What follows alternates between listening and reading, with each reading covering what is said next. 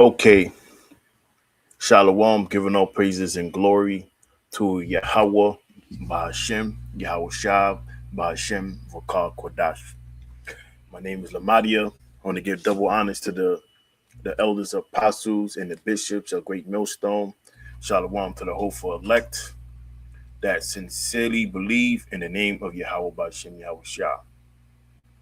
So the name of this video is going to be entitled The Spirit of Resentment. Um, Now, before I go into this lesson, I want to pull up the meaning of resentment. So let's start it with looking up the word resentment. Now, resentment, as defined under the AI overview, reads a feeling or feel bitterness or indignation at a circumstance, action, or person. And that's a spirit of a demon, because there's a lot of gods, that was in Israel, and that spirit of resentment began to kick in, and all the sacrifice they made in Israel, and the time they spent, they began to startly doubting or resenting, looking back as if that was a bad decision. A lot of guys get discouraged, and they start thinking about the things that they lost, the things they could had, where or the thing, the way, the circumstance they would have been in today or in the future if they have not made certain decisions. But that's the spirit of resentment, and that spirit of resentment is really the absence of faith. And looking back, being in your feelings, like, oh, this thing was a waste of time. Well, it's not a waste of time, because the thing is, the problem is, a lot of guys, they seem to want instant gratification, and the Lord does not work in instant gratification. The Lord operate in delayed gratification, and I have that on the screen too, and I'm gonna pull it up in a second, because the thing is, a lot of guys, they lose patience, and they want to be rewarded instantly, and that instant, or that desire of instant reward, is going to lead to they fall, their demise. So now let's read Jeremiah excuse me, Jeremiah 17:9. The heart is deceitful. Matter of fact, before I read that, let me go back, because I did want to pull up the origin of the word resent. And as you see here, it derived all the way back to the Latin, and it means, for the Latin word senti, which means to feel. And that be the issue. You got men that too deeply in their feelings. And look, just when I said that, I seen this, to feel deeply. And that's the thing. They too deep in their feelings, you know. And this thing is not about feelings. And like the elder apostles always say, a lot of guys don't really know what they're involved with. They don't know what they engage with. They in it, but they don't know why they here. For some guys, this is only just a thing to do. They don't understand why they doing this, because we all was called into this thing with a purpose, and that purpose is for us to obtain mercy from Yahweh Ba'ashem Yahweh Shah, And that comes with a price. And that price is us, sacrificing a lot, us losing a lot. There's times you're going to feel alone, times you're going to suffer. But that's all part of this ministry. That's part of what we signed up for. So going back to the Latin word senti, it means to feel. And that's this, and that's how you say to feel in Spanish, to sentir. Now I have similar words, and the one of the word here is grudge, and that's what it is. A lot of guys hold on to grudges. You know, a lot of guys may feel, well, I came in at a young age. And I think we've seen this a couple of times. Certain guys do come in at young, and they start grudging or resenting that, they lost out their youth. So right here, another word, a statement, feel bitter about. And that's all a demon. That's all a demon. Because look, to be honest with you, there's nothing on the other side. And the grass is not green on the other side. And they go back to the world just to receive what? Nothing. It's all an illusion. And that's really what it is. It's an illusion. So now let's read Jeremiah 17 and 9. Excuse me. The heart is deceitful above all things. And what come out the heart? Feelings. And you know what they say about feelings? Feelings are fleeting. You feel mad today. 10 minutes from now, you might feel happy. That's feelings. Feelings is not truth. And that's what Satan used. Satan tap into your emotions and make you feel things to blind you from the truth. Because that Satan aim is to make you fumble the word of Yahweh by Shem Yahushua.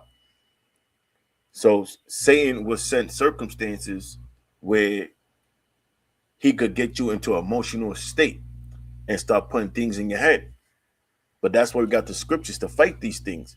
And if you're not into the scriptures, you're not fighting off these thoughts through the word, Satan's going to have you, he's going to have a strong grip on you.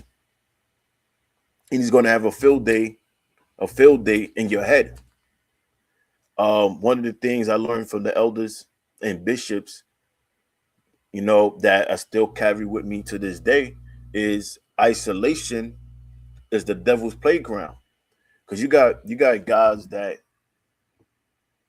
they start going through things and they start to isolate themselves. And through that isolation, that's when, Satan, them demons, begin to have a field day on you. And gradually, you start getting weaker and weaker. Patterns begin to change. And the person don't even notice it. That's why you have to fight. That's why you have to be in the scriptures. That's the only thing that's going to deliver us and get us out of the circumstance is being in the scriptures. That's why scripture is known as a shield and buckler, something that's going to defend us, because that's what the word do to combat demons. So now let's go back. The heart is deceitful above all things and desperately wicked. Who can know it? That's why women are so wicked, because women are heavily into their feelings. That's what make them wicked. That's why Satan has a strong grip on women, because women are emotional creatures by nature. And as men, the Most High did not engineer us to be emotional creatures. The Most High engineered us to be, logical creatures. to be strong men.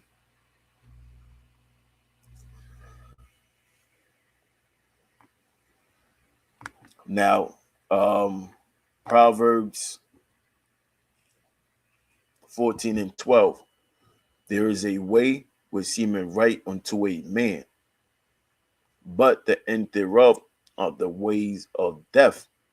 And that's the thing is you got to filter everything to the scriptures, because some things may sound good to you, but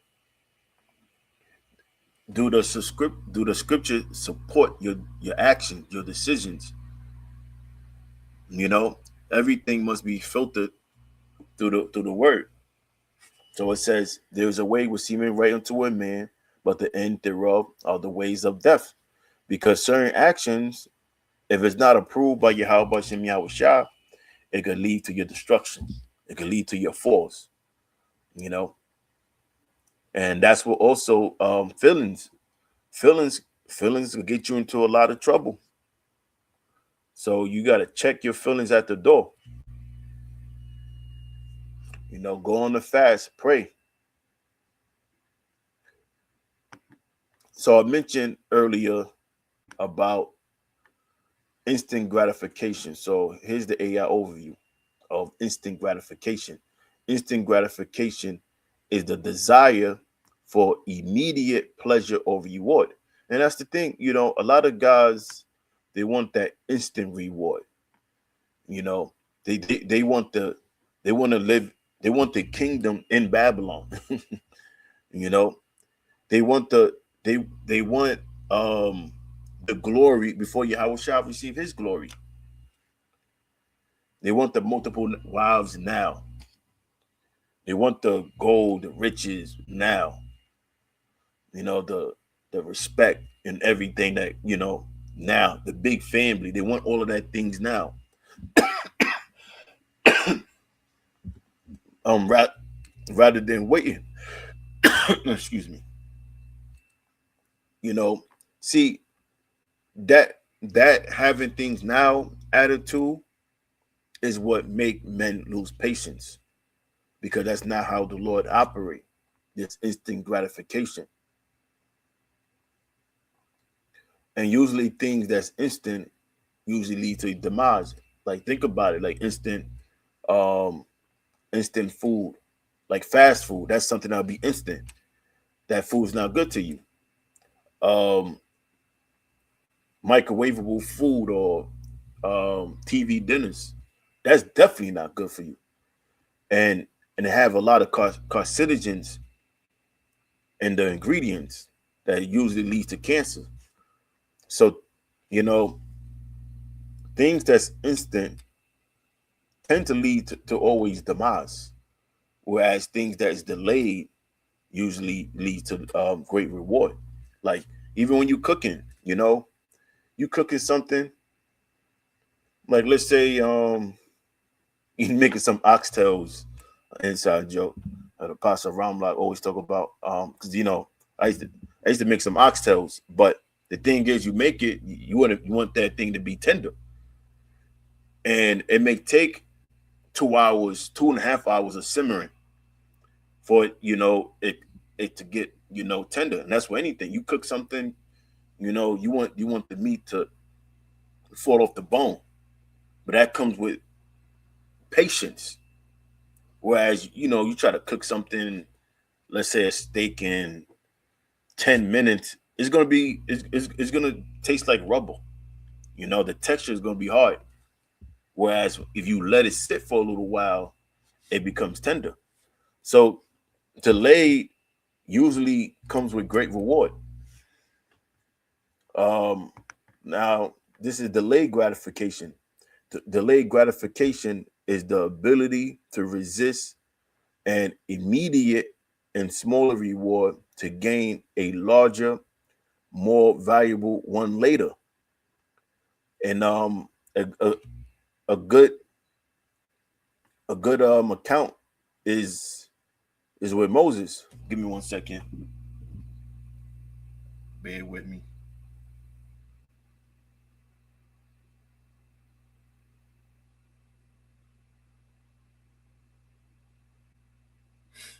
Let me pull this up. Since I said that.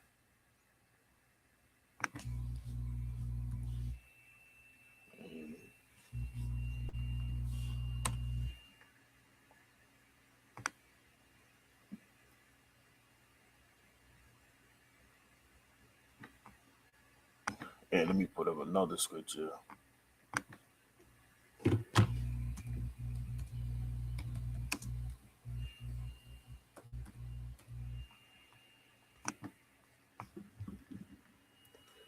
I want to get it now so I don't forget. So I just want to have it on the screen. So bear with me.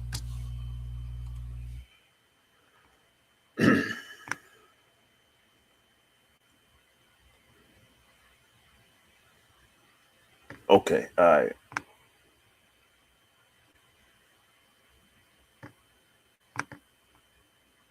I don't know if okay, I read delayed gratification. I don't know if it was sharing this tab or not, but I'm gonna read it again. Delayed gratification is the ability to resist immediate, smaller reward to gain a larger, more valuable one later, requiring self-control and patience. Look at that. Um, the scripture said, "Your patience possess ye your souls." Now I'm gonna read that again. Requiring self-control and patience for better long-term outcomes like success. And this is delayed gratification. And example or account that I mentioned is the account with Moses. You know, Moses could have enjoyed, you know, the riches of the Egyptians, but Moses chose rather to suffer. And I got it right here. Um,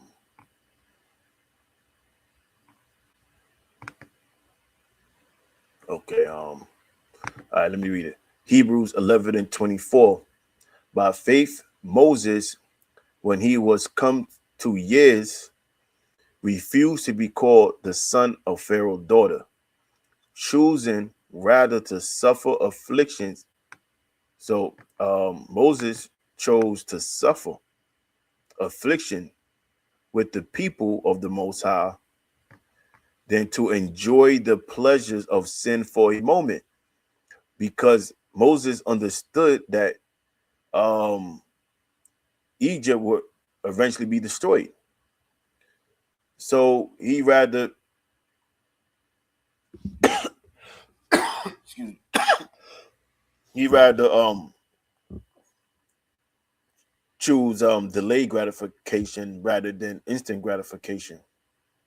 So I read that again. Than to enjoy the pleasure of sin for a season.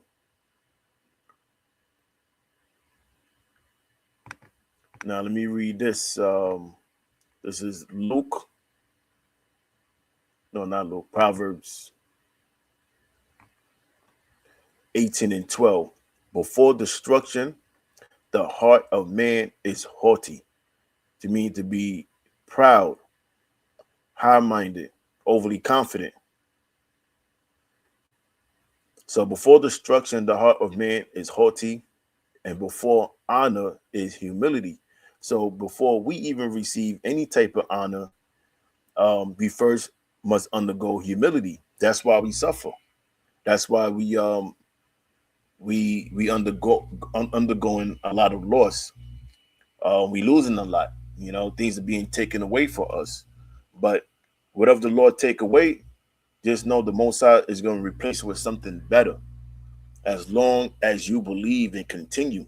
And look, it's going to hurt. It's going to hurt, because the misconception is you're going to catch hell, and then you know, these things that's is going to get presented to you, it's just going to be bouncing off of you like bullets hitting Superman. No, it's going to hurt. You know, the Lord's going to get you where it hurts,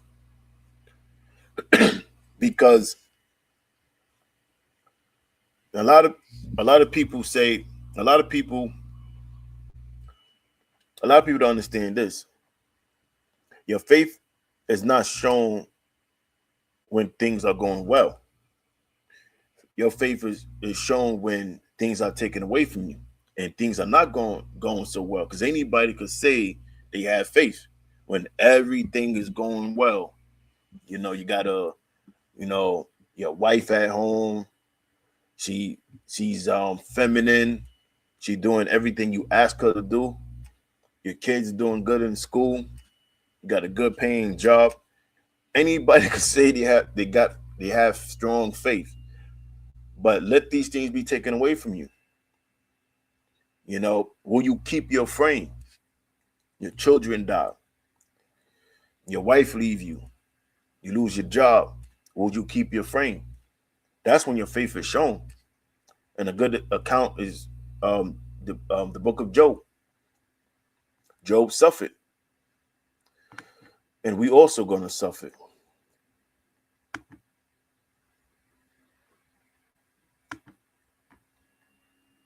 So now let's go to Luke 14 and 27. And another thing, Yahushua most of all suffered. So Luke 14 and 27. And whatsoever, and whosoever do not bear his cross and come after me cannot be my disciple. And bearing the cross is catching hell. Yahushua suffered, we also going to suffer. Verse 28. For which of you intending to build a tower sitteth not down first and counteth the cost, whether he have sufficient to finish it? Now, myself, I'm in the construction business, and within the construction business, you have a budget. Before a project is started, they start with a budget. You have the budget set for the labor that goes into the project. Then you have the budget that goes into the manpower, the trades.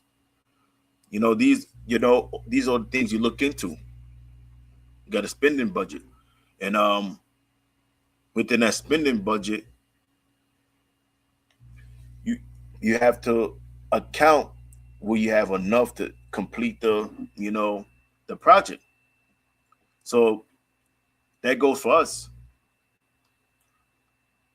The project we doing is the work of Yahweh Bashem Yahushua. And the things we taking account of is the things we gonna lose. All while serving Yahweh Bashem Yahushua. The possibility of things that may, fall upon your lap.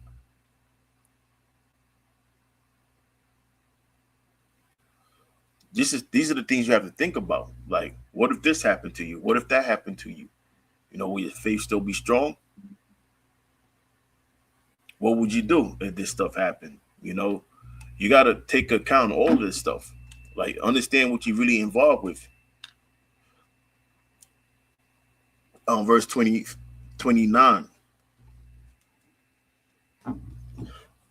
Less happily, excuse me, less happily, after he had laid the foundation and is not able to finish it, and the foundation is who? Yahushua. Because we building the temple right now. Because we symbolize, the elect symbolize the temple. And it said it's not able to finish it. All that behold begin to mock him. And that's the God that started teaching, laid a foundation, start teaching about Yahushua. Yahushua's gonna return, and the chariots, America gonna be destroyed. He was teaching that he was Israelites, and then he falls out. He stopped building. Now it says everyone's gonna mock him, and it usually starts with that person's family. Oh, wasn't this the guy saying the world's gonna end? Look at him now. Now he's back smoking cigarettes. He was getting on us about eating pork, and look at him. So they're gonna start mocking him. And then also we look at certain guys that fell out, like this guy was saying all of this. This guy was cursing out the 2/3 and saying how the Most High is going to destroy the 2/3. But all along, he's a member of the 2/3. So now everything he said about the 2/3 now applies to him. So verse 30, saying this man began to build and was not able to finish. So let me go to 2 Corinthians 13. Let me see where we at with time. So 2 Corinthians 13 and 5. Examine yourselves whether ye be in the faith. Now, what it means to examine yourself, you have to do a full assessment on yourself. Things that needs improvement. Things that may possibly hinder your faith. You got to ask yourself, you got to put yourself in different scenarios and ask, if this would happen to me, where would my faith be? What if I found out tomorrow that I got stage 4 cancer? Will my faith get weak? What if your kids die in front of you? Just you got to constantly put yourself in scenarios, because you got to think about it. What we possess is the world's greatest knowledge, and that's the word of Yahweh by Shem Yahushua. And Satan's gonna do anything, he's gonna do everything within his ability to try to make you fumble your faith. So he's gonna play hard. So you got to think about these things, all the different possibilities that could, all these different circumstances that could fall upon you. And pray to Yahweh by Shem Yahushua that none of these things will make you lose your frame and lose your faith. So I read it again. Examine yourselves, meaning to do a full assessment, because you have to do quality control within yourself. Things that you see that could be worked on. Whether ye be in the faith, prove your own selves. Know ye not your own selves? How that Yahushua is in you, except ye be reprobate. And a reprobate is a reject, a mind void of judgment. Now, a reprobate is the guy that he doing all these things that at one point he taught that if a person do it, will be destroyed and be judged. But now he's doing it and not taking into account that he's going to receive judgment. So that's a reprobate. Verse 6, but I trust that ye shall know that we are not reprobates.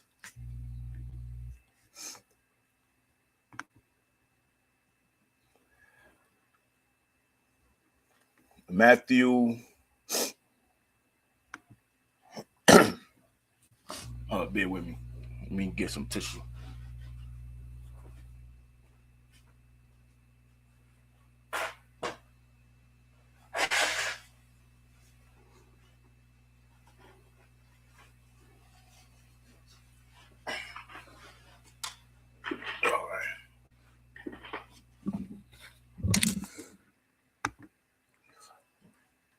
All right.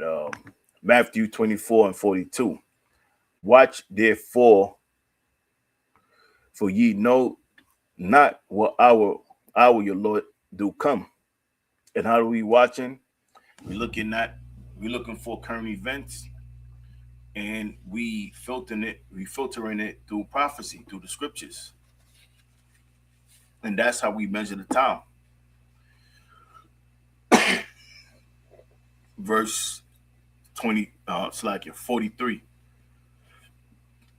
But know this, that if the good men of the house have known in what watch the thief will come, he would have watched and would not have suffered his house to be broken up. Hold up, give me 1 second.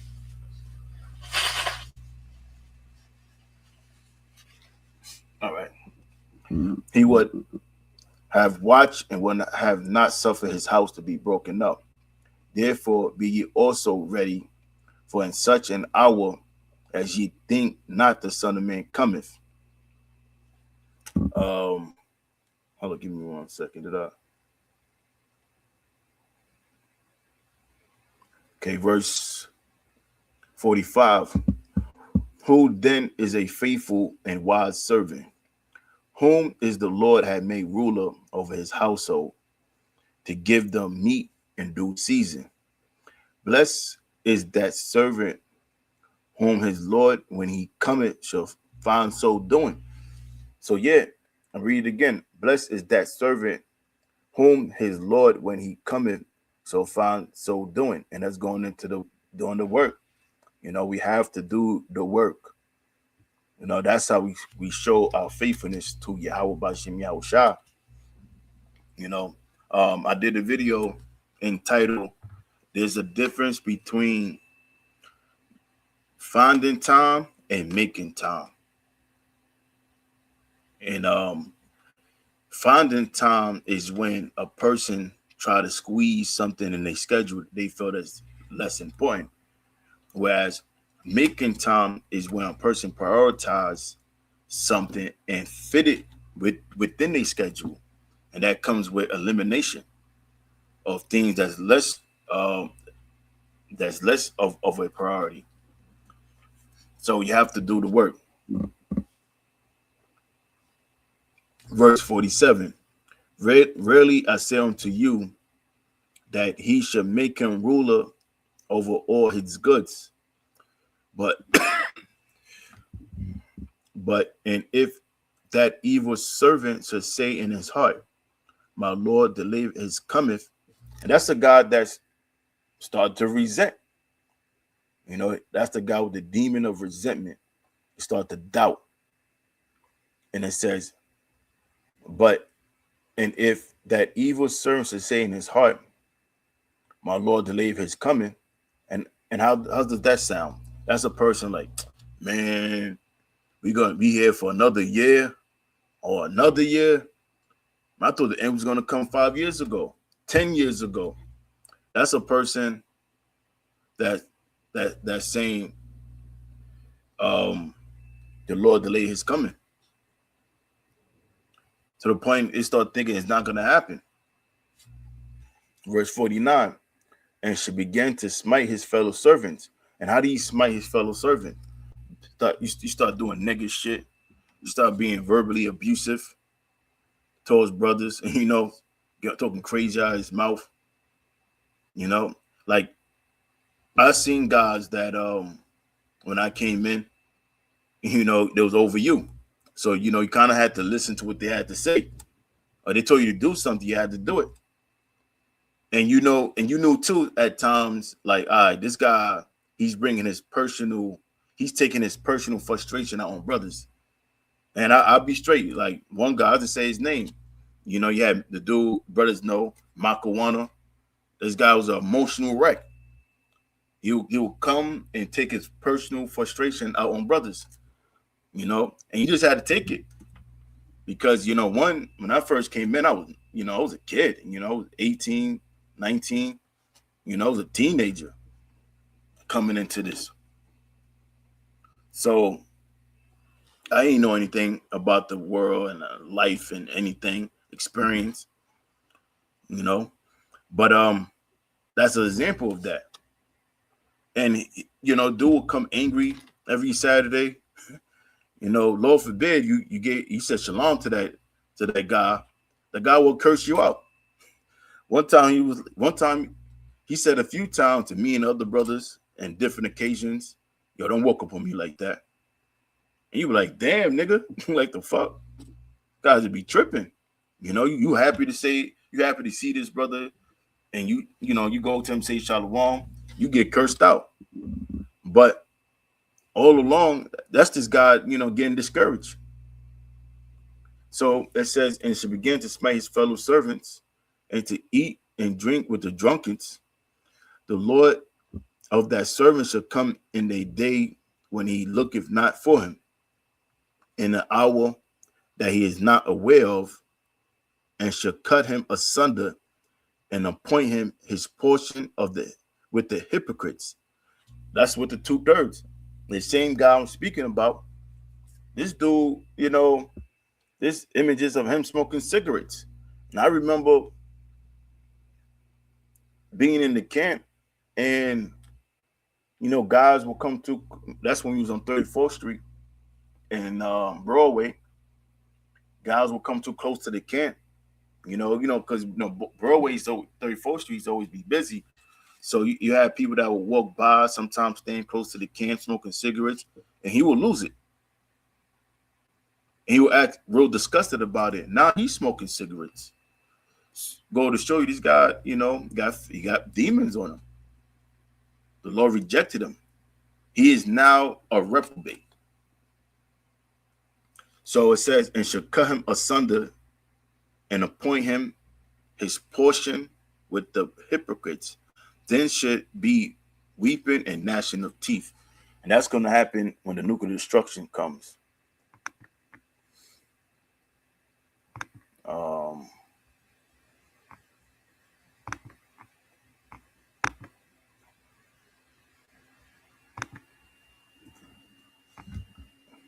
Matthew 19:27. Then answered Peter and said unto him, Behold, we have forsaken all and followed thee.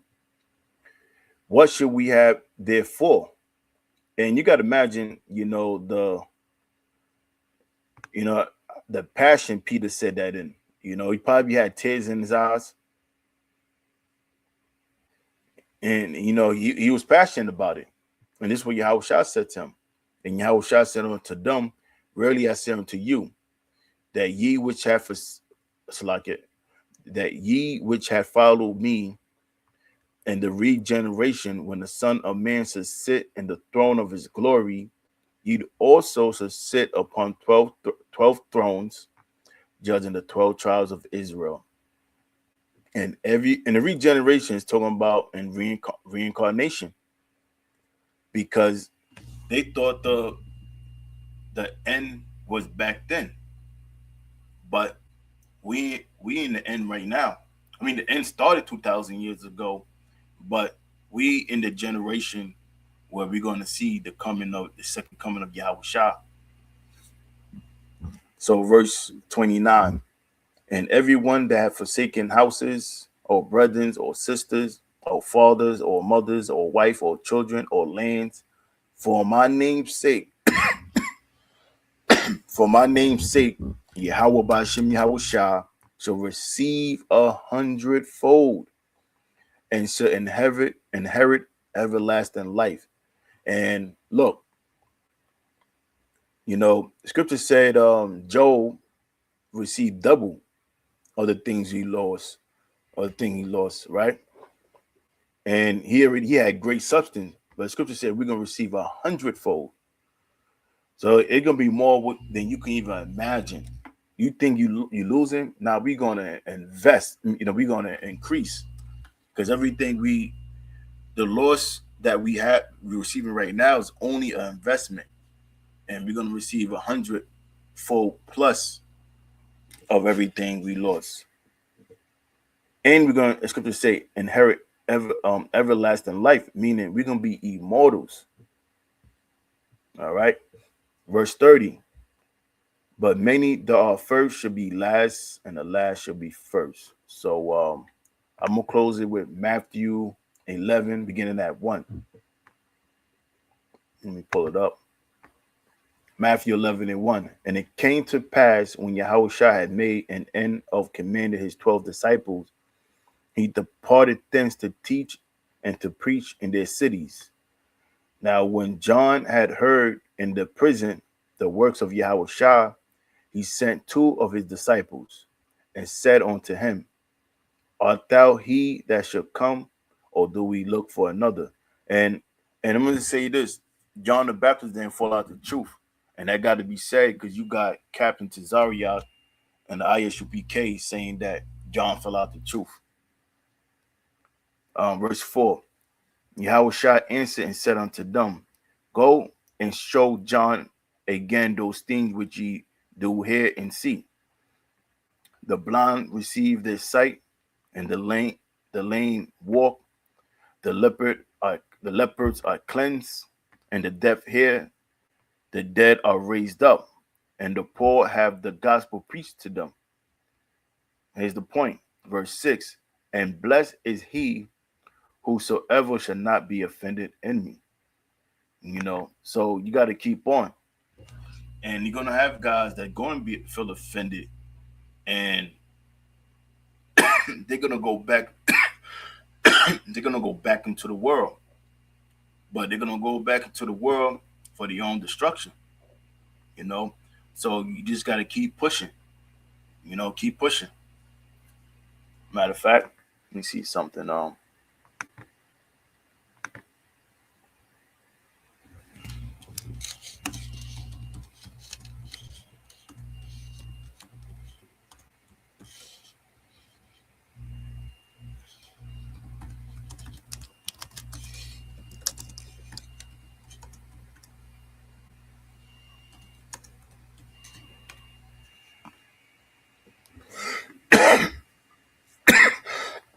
Let me go to First Corinthians, um, 10.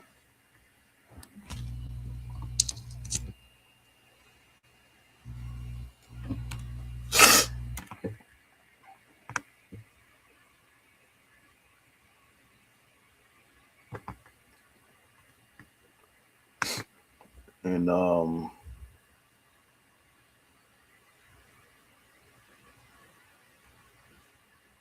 okay, First Corinthians 10 and 13. They have no temptation taking you, but such as is common to men. So you think you're going through something, just know that it's a demon, and that demon is tempting you. And just know that same demon already tempted other brothers, bishop, apostles. They face the same challenges. Read it on.